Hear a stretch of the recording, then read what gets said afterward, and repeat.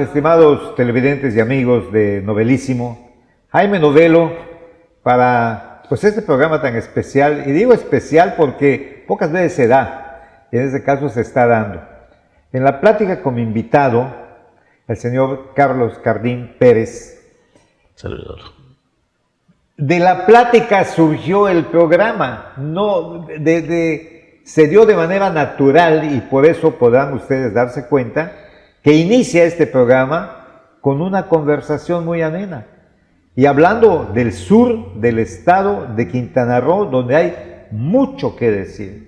Pues nos fuimos más allá del sur, ya llegamos a Belice, y de allá vamos a venir para acá. ¿Y por qué razón? Pues porque es muy ameno escuchar una experiencia que yo la califico una experiencia vivida, no una experiencia, bueno, dentro de la palabra experiencia ya va implícito el hecho de haber vivido lo que se dice, ¿no? Pero la historia se puede contar porque se leyó, se puede contar porque se investigó, se puede contar por una serie de anécdotas que pudieran surgir alrededor que uno escuchó. En este caso, no. En este caso, Carlos Cardín, que para todos nosotros es Carlos Cardín, y hay muchísimo para hablar con él, pues se nos dio de esta manera. Así que, pues bienvenidos a este programa Novelísimo y disfrutemos de esta charla con Carlos Cardín. Que hay poco se habla de ello, de los orígenes verdaderos, o sea, realidades que además están vivas. A mí me tocó la super oportunidad de presidir el comité de los festejos de los 100 años de Chetumal. Cuando me lo propuso, imagínate, Mario, 100 años de Chetumal. Sí, en 1998 estaba yo de diputado. ¿Y tú fuiste el que presidió las festividades? Yo fui presidente del comité organizador. Mario, como gobernador, presidió las festividades. El que era el presidente en ese momento era Hernán Pastrana, pero Hernán, como Mario no le daba ni un peso, pues montó nada más una oficina en la Héroes, en Casa Mólgora, me acuerdo muy bien, muy icónica de la casa de la calle Héroes, y dejó de ir porque pues no me dan recursos, yo no voy a fracasar. Y 2 meses antes del 5 de mayo, que es el aniversario de Chetumal, es el 5 de mayo, es el día que empieza Otompe Blanco la ciudad. Está marcado como el inicio. 25 de mayo. 5 de mayo. Era un día muy festivo. Muy festivo, pero muy alejado de las festividades. Imagínate Chetumal comparado con Puebla, en distancia y en tiempos, no se sabía que era el triunfo de México sobre los franceses. ¿Pero qué año fue? 1898. 1898. 1898 decreta Porfirio Díaz la creación de Chetumal el 5 de mayo. Y el 5 de mayo de 1998 yo presido el comité de los 100 años, que era el primer festejo que se daba. No hubo en los 50 años. Que fue más o menos en el 48, y no hubo porque en ese tiempo estaba de gobernador un individuo que estuvo 15 años de gobernador del territorio de Quintana Roo, que era Margarito Ramírez, que además ni vivía, un ferrocarrilero que originario de Guadalajara, que no vivía en Chetumal. Pero es verdad la anécdota que le salvó la vida. Él le salva a Álvaro Obregón. A Obregón. Obregón lo disfraza de ferrocarrilero y se lo sube y se lo saca de una posible trampa para matarlo. Y él, como era el que llevaba la locomotora, pues ahí se lo lleva. El premio fue la gubernatura del territorio. Le dio muchas otras cosas, y después, cuando fue presidente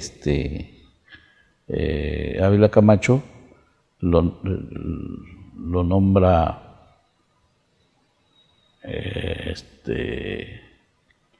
¿Quién es el que no tenía un brazo? No sabe la Obregón. Obregón, perdón. Álvaro Obregón, cuando es presidente, lo nombra gobernador del territorio, porque el territorio, hasta Luis Echeverría, era parte del gabinete del presidente. El gobernador del territorio era nombrado por el presidente de la República.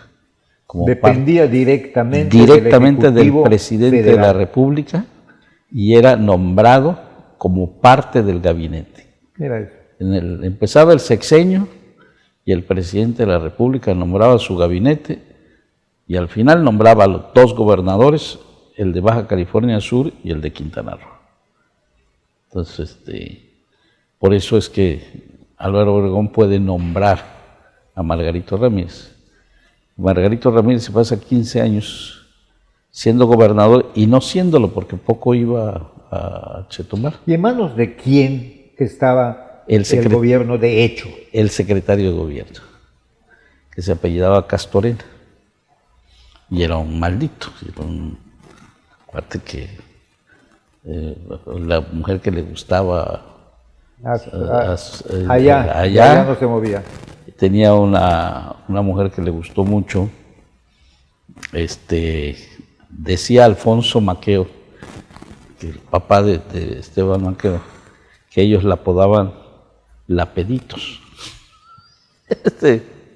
Y entonces esa Lapeditos, que era muy guapa, chaparrita, guapo, se lía amorosamente con don Abel Villanueva, el papá del Borrego Villanueva.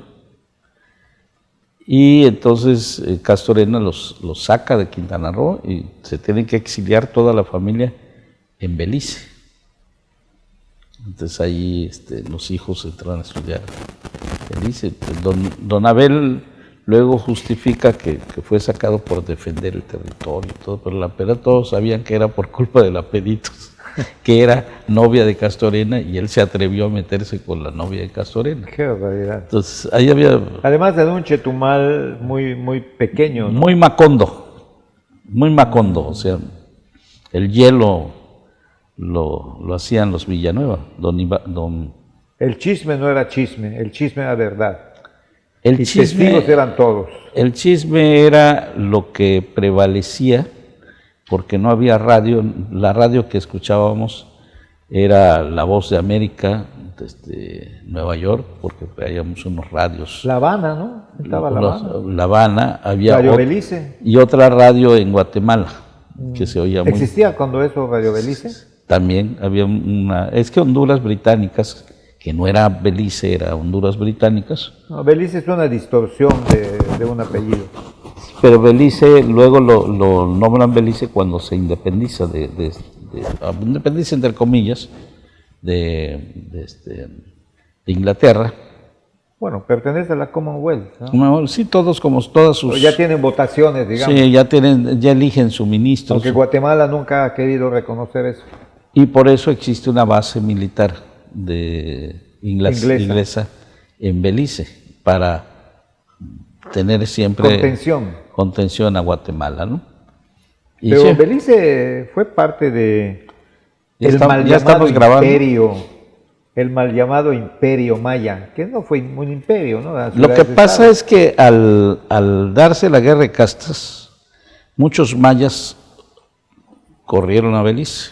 En la parte norte de Belice hay una mezcla de mayas con ingleses, con negros, y hablan un caló, un inglés raro, mezclado entre maya, español. El creol es un... Como decir criollo, ¿no? Pero sí, pero el creol es esa parte, es el beliceño con español. Pero que te hablo del maya, es... Give me carrete dilera número 50, Give me un hilo green.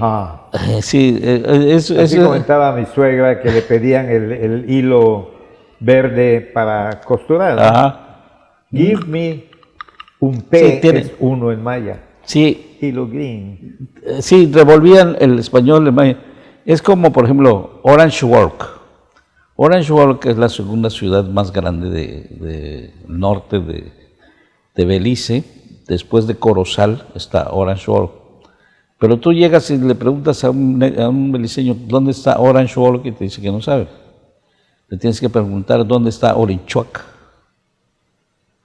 Pues, el Paseo de las Naranjas, pues, se daba mucha naranja ahí y había un ingenio azucarero que se alimentaba de madera. Ese era el ingenio de Orange Walk. Todo su sistema de comunicación se fue haciendo con la música. Por ejemplo, sus músicos, como los conjuntos musicales, los beliceños o los Rebecombo, o como había otro por ahí que todavía existe, se los llevaban a tocar a Nueva York cada determinada temporada. Estaban en Nueva York. De tan buen ritmo que traía. De tan buen ritmo que traía.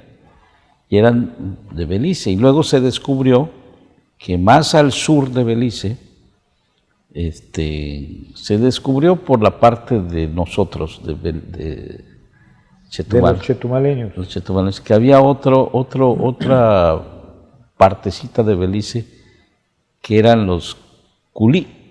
Los culí son negros, pero que brillan de negros. Y ahí es donde se inventa música como el punta rock. Esa música ya muy estridente. Y también en esa zona entre Belice y los culí, la zona esa, estaba el samirrás. El samirrás es un conjunto que no necesita ni electricidad, ni cuerdas, ni nada, pero está aquí en el patio, siempre toca en el patio de tierra, por eso se llama ras, en el ras. Y es un palo de escoba con una tina y un hilo, y ese es el bajo, ¿no? Un caparazón de tortuga y unos palos, y eso es tipo la batería. Pero a eso le sacaban mucho ritmo. Le sacaban muchísimo ritmo, muchísimo. Yo alguna vez aquí en la casa, en Cancún, traje un grupo para un fin de año.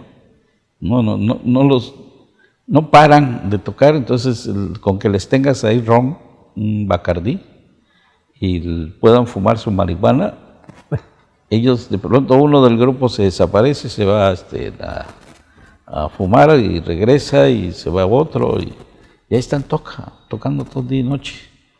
Eran muy famosos en San Pedro, en las fiestas de San Pedro. Esa era otra característica de Chetumal. Porque Chetumal hoy es la capital, pero antes de Chetumal existió Bacalar, Ixcalac, pueblo grande, hasta el Llanet, que Llanet barra Ixcalac. Entonces los ixcalaqueños se van a vivir a Chetumal. Por ejemplo, la familia de Jorge Polanco, todos los Polanco son de Ixcalac. La familia Handal, de don Antonio Handal, de las gasolineras, eran de Ixcalac, se fueron a vivir a Chetumal. Los Alonso, de don Primitivo Alonso, que era el director de correos, vivió en Ixcalac. Ahí se enamora de la abuela que era de Pembrocal, muy cerca de Ixcalac, por la bahía de Belice. Y los ixcalaqueños siempre tenían la relación de familiar y amorosa con las sanpedranas o sanpedranos. Entonces, cuando había fiesta en Ixcalac, San Pedro iba. Cuando había fiesta en San Pedro, los ixcalaqueñas iban. Siempre familiarmente. ¿Cuánto tiempo está en lancha? Yo creo que es una hora y cuarto. Yo siempre hice un poco más porque a medio camino de los canales hay una laguna y hay unas pozas muy frías. Entonces puedes pescar de fondo. Si vas en el canal como si fuera un río, y de pronto encuentras una apertura bastante grande, así tipo laguna redonda, porque entras y por donde entras sales, y ahí puedes pescar. Llegábamos a San Pedro y llevábamos 2 cartones de cerveza en la lancha, que uno era para el de la policía y el otro era para el vigilante. Entonces se los dejábamos, amarrábamos la lancha, les decíamos, ¿nos vamos al rato o nos vamos mañana? O sea, no hay papeles, no hay nada, todo era de palabra y de confianza. ¿No? Como mucho tiempo pasamos, cuando yo era chamaco, a Corozal.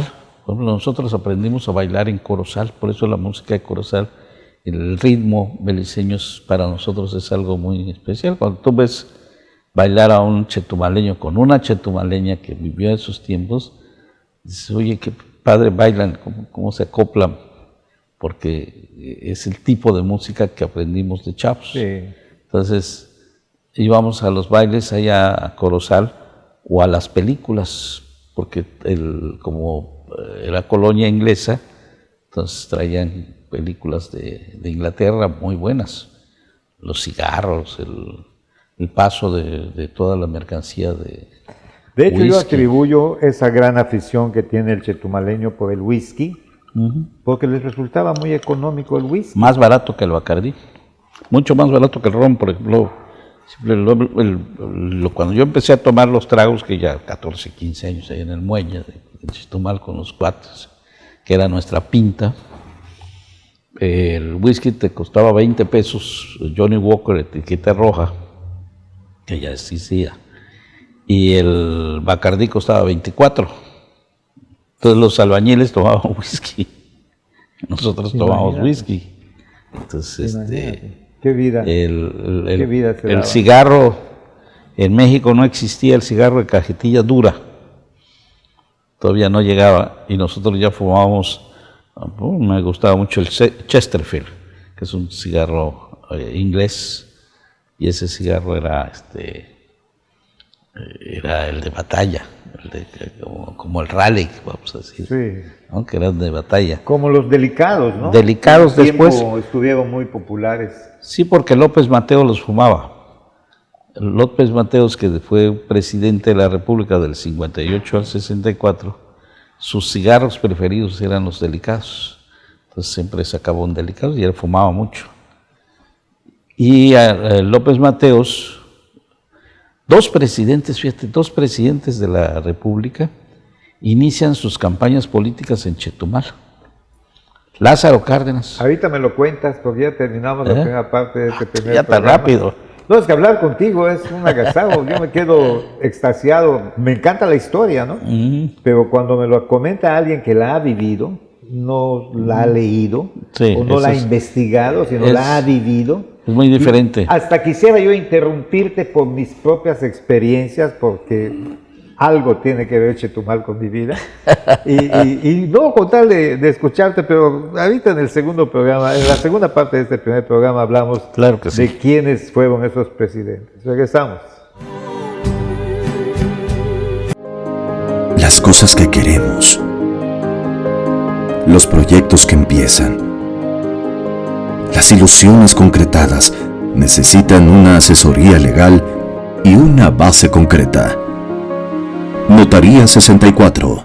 Respaldamos tus actos legalmente.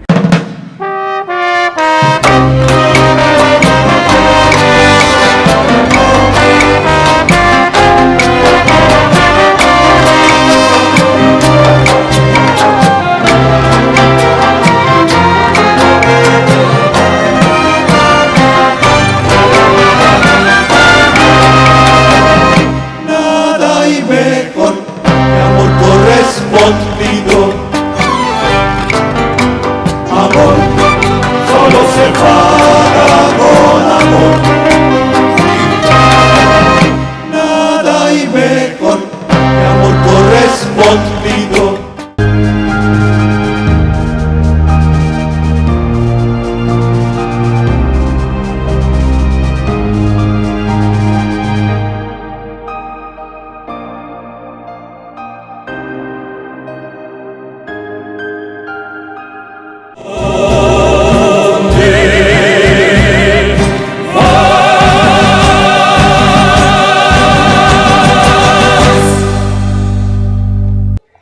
Bueno, amigos, como veníamos comentando, la presentación y las gracias a Carlos Cardín no se la había dado, cosa que nosotros es, para mí, para el canal y para mi persona, siempre es de una cuestión de educación presentar a nuestro invitado. Y en esta ocasión no lo presenté. ¿Por qué? Porque nos fuimos sobre la marcha. Así que, pues, antes que nada te doy las gracias, Carlos, por haber aceptado esta plática. MXN, la televisora, y Novelísimo, el programa. Te agradecemos mucho que hayas aceptado, que además ya nos la debías, ¿ah? No, ya nos debemos muchas. Así es. Pero además así vienes caliente porque vienes de mi pueblo. Además, ya estamos cerca de Huaypich. Pero Carlos, ¿has sido presidente municipal? ¿Has sido diputado? Diputado local, presidente del Congreso. Presidente del de la Congreso. Gran Comisión del Congreso. He sido director de Fonatur, fui el primer quintanarroense director del proyecto Cancún de Fonatur, que Bien. así era el nombramiento oficial durante 4 años, una extraordinaria experiencia. Afortunadamente fue antes de ser presidente municipal, porque Fonatur es una escuela de cómo debes de mantener una ciudad, cómo debes de mantener las áreas turísticas, qué tienes que hacer, cómo se hace la promoción. Me tocó, después del Gilberto, enseguidita, a los 3 meses de que pasó Gilberto, entrar a limpiar la zona hotelera con 50,000 toneladas de escombro y dejarla lista para que en mayo del año siguiente se diera el Miss Universo y no hubiera un papelito en la calle y una palmera inclinada, y que hubiera también desaparecido mágicamente el portachernera cubano, que es toda una historia. Sí, hombre. Tengo que escribir esa historia del portachernera. El bueno. portachernera es lo máximo. Tomemos el hilo, ¿no? Nos Sí. quedamos en la primera parte del programa Chetumal. en que 2 presidentes de la República iniciaron sus campañas en Chetumal. Sí, el primero fue Lázaro Cárdenas y llegó en una avioneta con Juan Saravia. Aterrizaron en lo que es hoy las instalaciones del Instituto de la Juventud. Los Sarabia famosos, Saravia, eran famoso, varios de ellos, sí. y todos eran pilotos. Todos eran pilotos, pero el más famoso era Saravia, Juan Saravia. Un pueblo de ahí del Río Hondo tiene su Así nombre. es, Juan Sarabia. Un pueblo bastante grande que tiene instalaciones de explotación de materiales de construcción.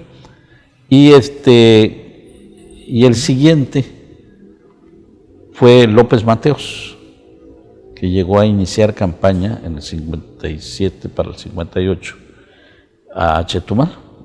Fue donde fallece trágicamente el papá de Eduardo Espinosa, Auchauqui.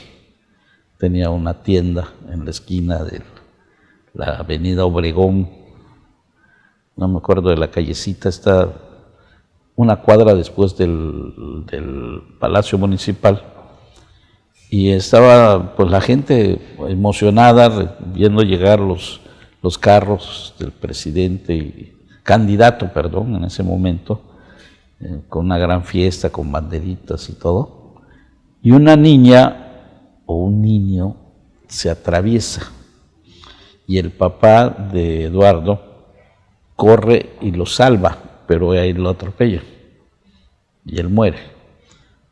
Eduardo y su hermano estaban muy chicos, su mamá nunca se volvió a casar, y ella los creció. A los Espinosa, es más conocido Eduardo como Eduardo Auchauqui, pero se llama Eduardo Espinosa Auchauqui. Y muy pocos Lo conocen a cual su padre. sucede casi siempre. Casi ¿no? siempre. Sí. Hay cuando uno de los apellidos por su pronunciación es más pegajoso, llamémosle. Más llamativo. Es más llamativo. Y además existía la casa Auchauqui, que era de sus tíos, su abuela, 3 tíos muy icónicos en Chetumal, de los libaneses, de los primeros que llegaron, junto con los El Jure, con los Amar, con los Haddad, con los Barudi, Estéfano, las Estéfano, que eran las mamás, Rosa, doña Rosa y doña Silvia. Doña Rosa Estéfano era la mamá de los Barodi y doña Silvia Haddad de Estéfano era mamá de los Haddad. Las dos tuvieron 8 o 9 hijos cada una, vivían de esquina a esquina. Una en la esquina de Héroes con Obregón y la otra esquina era Héroes con Otompe Blanco. Y las dos hermanas se veían en la esquina para ir a la iglesia, y el cuento era muy conocido en Chetumal porque se paraban media hora a platicar ahí cerca de un poste, de ida y de regreso. Entonces todos decían que no sabrá ese poste, que saber qué decían, que platicaban dos señoras que luego no salían para nada de su casa ni de la tienda. Entonces ahí estaban, qué tanto hablaban las hermanas, ¿no? Era un misterio. Era el chateo de ese tiempo. Chateo de ese tiempo. Entonces, y Chetumal era algo muy especial. En esa época que estamos hablando, el 56, 57, recuperándose del huracán Janet, que fue en el 55, en septiembre del 55, que se dio el primer tsunami, que nunca supimos que era tsunami. Se retiró la bahía, muchos la vieron seca, y otros pueden contarlo, pero muchos no. Regresó la bahía y cayó cerca de más o menos las aguas donde están los cocos, que empieza el cerro, y de ahí arrasó a los que andaban en la calle, porque el huracán vino, el centro del huracán pasó sobre Chetumal. Entonces vino una gran quietud, no se mueve nada en el centro, y muchos salieron a fisgonear, a ver qué pasaba, y no existían medios de comunicación, los soldados andaban ahí tratando de avisar a la gente, pero la gente no hacía caso. Es muy famoso el tema de un soldado que empezó a sacar a la gente que estaba refugiada en la iglesia del Sagrado Corazón de Jesús, y caminando con una niña a 2 cuadras y media de la bahía, con una niña, vino una lámina, le voló la cabeza y su cuerpo siguió caminando unos pasos hasta que quitaron la niña. Héctor Aguilar Camín alguna vez me platica que ellos estaban en su casa, que también está a la misma altura de la iglesia, en la Otompe Blanco, también a 2 cuadras de la bahía, y empezó a subir el agua. Su papá de Héctor ya había desapareció 40 años, don Héctor, y entonces estaban ellos solos, eran 4 niños, solos con su mamá, doña Emma, y su tía, doña Luisa. Doña Luisa nunca se casó, y en una casa de madera grande, amplia, y al lado estaba la casa de su tío Raúl Camín, casado con mi tía Carmen Cardín, y sus papás ya grandes, don Manuel Camín y doña Josefina García. Y nada más cruzaban una puerta y entraba a la casa de sus hermanas. Entonces don Raúl fue a ver cómo estaban sus hermanas, y en eso empezó a subir el agua. Dice Héctor que se subieron a la mesa del comedor. Pues al tío nada más se le ocurrió, súbanse a la mesa, y lo cargó, y cargaron a los otros. Entonces cuando ya les llegó el agua más o menos por aquí, rezándole a todos los santos, dejó de subir el agua y bajó, empezó a bajar, que es cuando empezó a salir el agua, a regresar. Pero fue terrible, terrible. Fue terrible, pero además la fuerza del viento, yo recuerdo cuando, pues al fin y al cabo estoy casado con chetumaleña. Sí, y pues mis parientes políticos, varios de ellos recuerdan, porque mi esposa fue bautizada con agua del huracán, porque no la habían bautizado, ya llevaba algunos meses de haber nacido, y según me comenta la abuela, dijo, pues dice la iglesia que si hay un un momento de desesperación porque la vida esté en peligro, se le bautiza por cualquier persona. Sí, y es Se válido. agarró no sé qué, la jícara o el envase, lo que sea, y la bautizó con el agua del huracán. Creo que por eso es tan brava la doña Cosita. Gloria se llama. Pero había válido. a lo que te iba yo a comentar, este pedazo de madera que voló a la velocidad en que venía el viento, yo creo que unos 300 kilos, 360 kilómetros por segundo. y le pega a un poste de madera y lo atraviesa. Poste de madera de luz, que si tú tratas de meterle un cuchillo filoso no entra. La madera era chata, no era de punta, y atravesó el poste. Ese poste lo alcancé yo a ver casi enfrente del Ávila Camacho, a un ladito en el Parque Hidalgo, y luego desapareció. Debe estar en casa de algún político, ¿eh? Pues hicieron una remodelación de ese parque en los años 60. Pero era un símbolo, era la demostración de la fuerza del huracán. Sí, nosotros lo que hicimos cuando me tocó presidir los festejos de los primeros 100 años de Chetumal, en 1998, es hacer una réplica que existe allá enfrente del pescador, de la fuente del pescador, en la esquinita, ahí lo ves. Me ayudó mucho Francisco Bautista, que era historiador, que escribió varios libros, compadre mío, pues ya fallecido. Me dijo, oye, hay que replicar ciertas cosas que son anécdotas, leyendas y que se han quedado en el tiempo. Y se le puso una placa. Esa fue una de las del poste con la madera, que significaba claramente de qué tamaño era el viento del huracán Janet, y que como las casas eran de madera, la gran mayoría, pues voló todo casi. Pocas construcciones se mantuvieron. Yo tenía 5 años, lo pasamos en el Hospital Morelos, y cuando empezó a subir el agua, porque el Hospital Morelos está subiendo el cerro, empezó a entrar agua por las ventanas, más que subir, entrar agua por las ventanas que se rompieron. Estábamos cerca del quirófano, un cuarto, eran 4 cuartos y luego seguía el quirófano, que eran de los especiales. Entonces ahí estábamos con mis papás y 2 de mis hermanos, un bebé que era Ramón, el Alma Rosa que ya tenía 3 años más o menos, 2 años. El bebé era Ramón, Alma Rosa de 2 años y yo tenía 5. Y entonces hubo un problema ahí que se me quedó muy grabado, de que una señora trataba de llegar de la puerta de la calle, un portón, a la puerta del hospital. Es un pasillo abierto como de 30 metros. Llevaba 2 niños.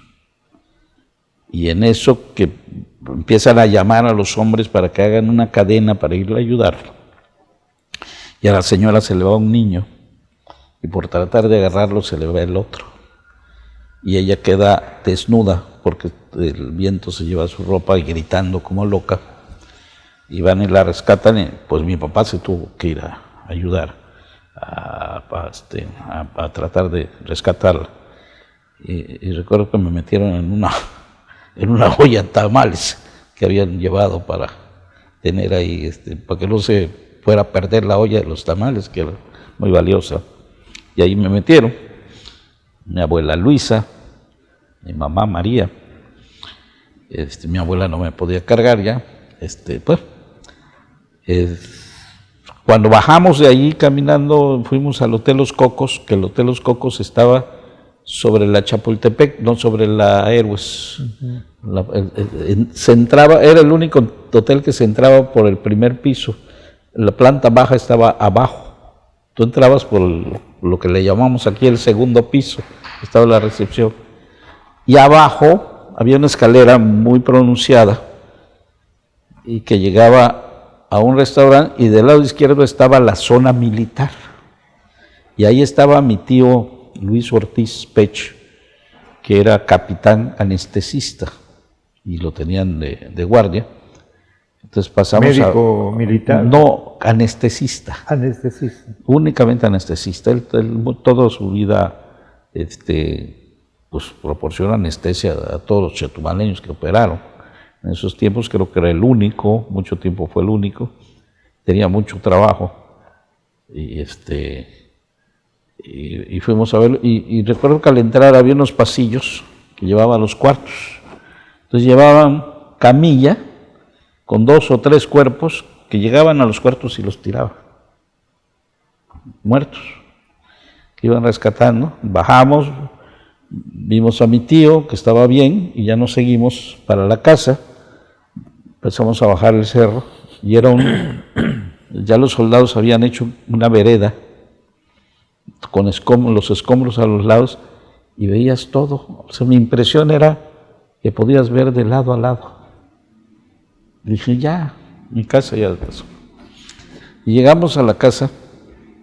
En la esquina está la casa que todavía está de madera, ahí en la esquina de Héroes con Álvaro Obregón, de la tía Petí. Y la tía Petí estaba casada con Carlos Romero, que ya había fallecido, que entiendo que era hermana de mi abuela. Y todos conocíamos a la tía Petí, que tenía 2 hijas, Cata e Irma, y su hijo Carlos, perdón, eran 3. Ella a la vez era tía de George Price. No me preguntes cómo George Price fue 20 o 25 años primer ministro de Belice. Fue el primer ministro de Belice mucho tiempo. Y la quería mucho. Y esa casa estaba de pie, así como la ves hoy, porque está ahí pintadita y su corredorcito. Y mira la tía. Y llegamos a la casa de nosotros y la vi inclinada, porque todas las casas estaban sobre troncos, y cuando destrabaron, porque toda se dejó clavada con tablas, era un tanto así, como casi 1 metro de lodo que tenía la casa adentro. Por eso esa casa no se fue, no voló, no se cayó. El lodo ayudó a sostenerla. La fianza la ancló. Sí, y por días, me acuerdo que era limpia y limpia y limpia, porque era un lodo muy finito. La casa de los Haddad, la diosa que era su tienda en la esquina, una de las que permaneció. Y todo lo demás por alrededor, no veíamos nada más. Del otro lado, como a 100, 150 metros, estaba la casa de los Alonso, en la esquina, donde está ahora el Banco de Comercio. Esa estaba pintada de amarillo. ¿Qué número de habitantes tendría Chetumal cuando cayó el Janet? 6 a 8 mil habitantes, más o menos, pero no sabemos porque las estadísticas, yo lo que he averiguado, no se pueden tener perfectas porque era temporada que bajaban los chicleros, entonces no se sabe quiénes estaban allá. Y luego estaban los zapadores, llamados los ingenieros constructores del ejército, construyendo el actual, ¿cómo le llaman? Enfrente del cementerio, en la actual instalaciones militares. La zona militar de allá. La zona militar con la zona, es que está la zona y está el ejército, está la 34 zona militar y el 55 batallón de infantería, que estuvo mucho tiempo en Chetumal, ya lo cambiaron. Sí, porque la zona naval, si es que se le puede llamar así, esa está sobre la Héroes. Esa nunca ha crecido, nunca ha tenido mayor. Increíble, porque somos frontera y somos agua. No hay mucho, 2 barquitos en el muelle y párale de contar. Pero los soldados hicieron mucho y esos zapadores, que no sabíamos cuántos eran ni quiénes eran, algunos se casaron con chetumaleñas, tuvieron hijos y se quedaron por allá. Y otros dejaron hijos y se fueron porque pues tenían familia por otro lado. Son los que trazaron la nueva Chetumal. El huracán Janet sirvió para que Chetumal tuviera ese trazo magnífico de grandes calles y grandes camellones. Grandes avenidas. Grandes avenidas por todos lados en la parte baja. Ya la parte alta no es tan abierta como... No es tan pródiga, con sus pródiga avenidas. en avenidas. Tiene ciertas avenidas y ya por dentro son callecitas. Pero el Chetumal antiguo, todos son avenidas con camellones. ¿Quién ¿Quién reconstruye Chetumal? ¿Qué presidente de la República? López Mateos. En ese tiempo de que Janet llega, hay problemas graves con la población en los aviones que traían ayuda de la Ciudad de México, porque los primeros que llegaron a ayudar fueron los de Belice, Honduras Británicas. Llegaron con tambos grandes de un material muy fuerte de cartón y arillo metálico. En la casa de nosotros dejaron uno de leche, otro de azúcar y bolsas grandes de té negro, porque teníamos un aljibe que se selló y estaba llena de agua de lluvia. Entonces se contaminó, ¿no? No, estaba limpiecito. Y entonces se hizo un centro de distribución ahí y llegaban todos los vecinos con sus cubetas. Se podían llevar una cubeta o dos cubetas según el tamaño de la familia de agua para cocinar, con la recomendación de que tenían que hervirla para tomarla, y su dotación de leche, de azúcar y de té. Entonces ahí lo estuvimos repartiendo, y esos tambos muchos años fueron parte de la vida de la casa, porque luego nos sirvieron para la ropa sucia, para cosas ahí utilitarias de la casa. Se le dio uso. Se le dio uso. Margarito Ramírez ya tenía muchos problemas con los quintanarroenses, con los chetumaleños y los de la zona, sobre todo con los mayas, que hicieron unas marchas, y el general May fue a poner su queja, incluso a México. El último general Maya. A México, para que sacaran a Margarito. Se hizo un movimiento muy fuerte, bajaron los del 71, que empezaban con una fortaleza muy especial, y rodearon el palacio. 61 batallón. No, Nicolás Bravo, que es el pueblo. El pueblo se llama Nicolás Bravo, pero le llamamos kilómetro 71 porque está en el kilómetro 71, en la carretera Escárcega. Entonces, para los antiguos como yo, es más conocido como el 71. Ya sabemos que es Nicolás Bravo. Entonces sacan a Margarito Ramírez a la entrada del gobierno de López Mateos, que inicia campaña ahí, escucha la queja muy sentida y muy fuerte de los chetumaleños.